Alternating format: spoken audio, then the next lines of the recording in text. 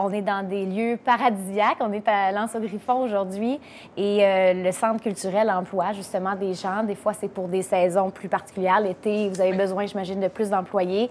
Donc, j'aimerais ça que vous me racontiez finalement comment ça se passe au niveau du recrutement puis les enjeux que vous rencontrez là. Certainement. Écoute, moi, ça fait presque c'est genre ma 3e année. Donc, c'est le 3e été que j'ai eu à gérer avec des travailleurs saisonniers, là, effectivement. Tu l'as dit, c'est un lieu paradisiaque ici. Il y a beaucoup de gens qui viennent en vacances. Il y a beaucoup de maisons locatives. Il y a beaucoup d'endroits qui sont vraiment pour des courtes durées, à des prix assez élevés parce que c'est de l'industrie du tourisme.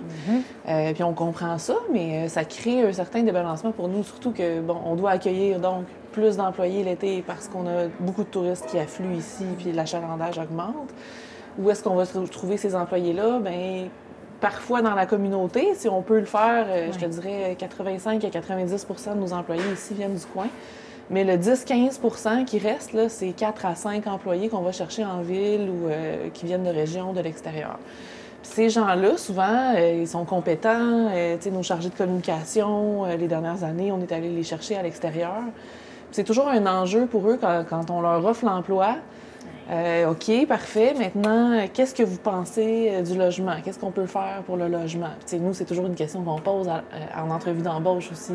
Est-ce que ça devient de la famille ici? Oui, parce que ça devient un peu votre responsabilité, finalement, d'avoir à trouver le logement pour l'employé, ce qui est un petit peu absurde. Bien, oui. Mais qu'on le voit, là, de c'est ça, puis c'est du travail pour nous. C'est énormément de travail. Puis, on se rend compte aussi que le marché ici passe beaucoup par bouche à oreille. Il faut être sur le terrain, il faut connaître des gens qui tordent un bras à gauche, à droite pour me louerais-tu ton sous-sol pour une employée.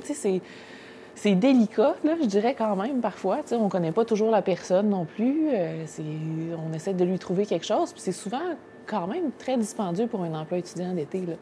Quelqu'un qui se retrouve à dépenser un 200 $ par semaine, par exemple, pour se loger ici, puis qui a un appartement également en ville à payer, c'est pas toujours facile de sous-louer pour une courte période, pour des 2, 3, 4 mois. Fait que ces gens-là se retrouvent à avoir un emploi étudiant avec un salaire correct, mais qui n'est pas faramineux. Donc, puis là, ils dépensent énormément sur leur logement.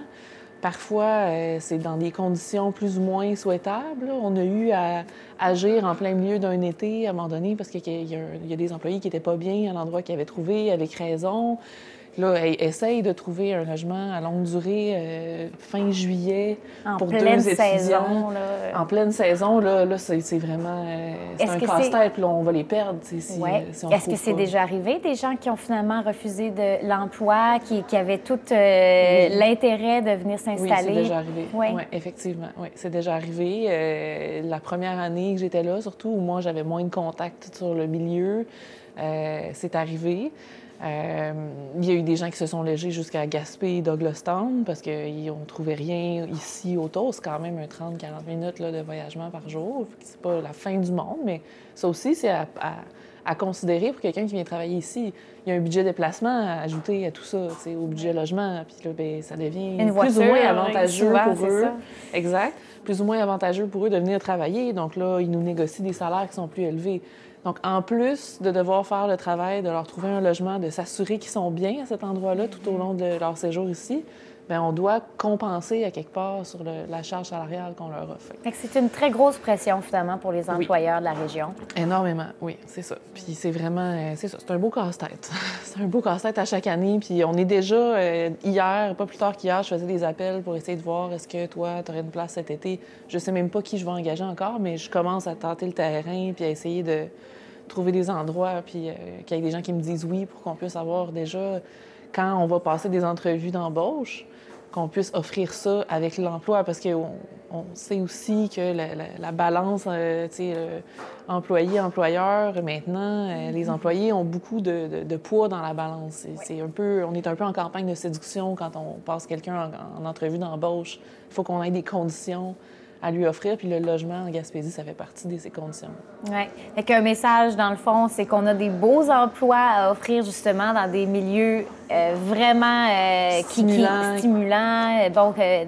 les gens sont épanouis, mais encore une fois, l'enjeu du logement revient constamment. Là, Oui. puis, c'est un peu... Nous, comme organisme, on souhaiterait qu'il y ait des lieux dédiés à ça, des endroits qui sont pour les travailleurs saisonniers à des sommes... c'est pas obligé d'être gratuit, là, mais avec un montant qui est acceptable pour quelqu'un qui fait un salaire normal, là, parce que sinon, tu peux pas payer 1 000 $ par semaine pour te loger. Là, ça n'a aucun sens. Fait que, qu'il y ait des lieux qui soient dédiés à ça, des lieux qu'on connaît aujourd'hui qui soient transformés pour créer ça. Oui, parce qu'il y a des bâtiments qui sont pas vraiment utilisés sur le territoire, qui pourraient être convertis. Ça prendrait, là, disons, un petit peu d'aide, là, des fois. Oui, un petit coup de pouce, là. Oui, oui. Puis pour mener un projet dans ce sens-là. Puis, tu sais, je pense juste à l'exemple de Lanceau-Griffon, parce que moi, je connais cet exemple-là. Je suis convaincue que c'est le cas de beaucoup de villages gaspésiens, mais juste à Lanceau-Griffon, là, il y a nous, il y a Griffon Aventure, il y a le manoir Le Boutillier. On est plusieurs entreprises à chercher ce genre de solution-là. La Maison aux Lilas sont dans la même les Jardins d'Amaryllis, ils cherchent à engager des gens, puis souvent, ils n'y arrivent pas parce qu'ils n'ont pas de logement. S'il y avait un lieu dédié, même dans le petit village de Lanceau-Griffon, avec 12 logements pour des travailleurs, j'ai aucun doute qu'on va pourvoir ces places-là. Là. Donc, c'est un petit exemple, mais... Bien, une belle solution que vous amenez quand même. Ben oui, moi, je trouve ça intéressant. On a même regardé dans les dernières années avec les résidences pour personnes âgées s'il n'y avait pas de la place pour faire du maillage aussi, parce que souvent, on engage des gens qui sont plus jeunes. Qu'est-ce qu'il n'y aurait pas possibilité de... Mais ces endroits-là sont pleins aussi. Là. Ils ont leurs propres enjeux, puis ils ont déjà fait ça par le passé, ça se passe pas toujours bien. Donc, vraiment, on cherche des solutions. Puis on va finir par en trouver, mais effectivement, ça prend un coup de pouce là, au niveau politique, je pense, là, un petit décisionnel là-dessus, puis qu'il y ait des projets qui soient mis en branle dans ce sens-là. Bien, merci beaucoup, Pascal. C'est vraiment éclairant, là, la discussion qu'on vient d'avoir. Puis je vous souhaite de pouvoir trouver rapidement vos employés pour la prochaine saison. Bien, merci à toi. Merci de t'intéresser au sujet aussi. Là. C'est vraiment quelque chose qui est un peu le nerf de la guerre pour nous ici. Puis, oui, on le ressent beaucoup. Puis moi, je suis énormément interpellée sur cette question-là. Donc, c'est ce qui a initié la démarche. Puis on espère que ça puisse faire avancer un petit peu les choses. Effectivement. Merci à toi.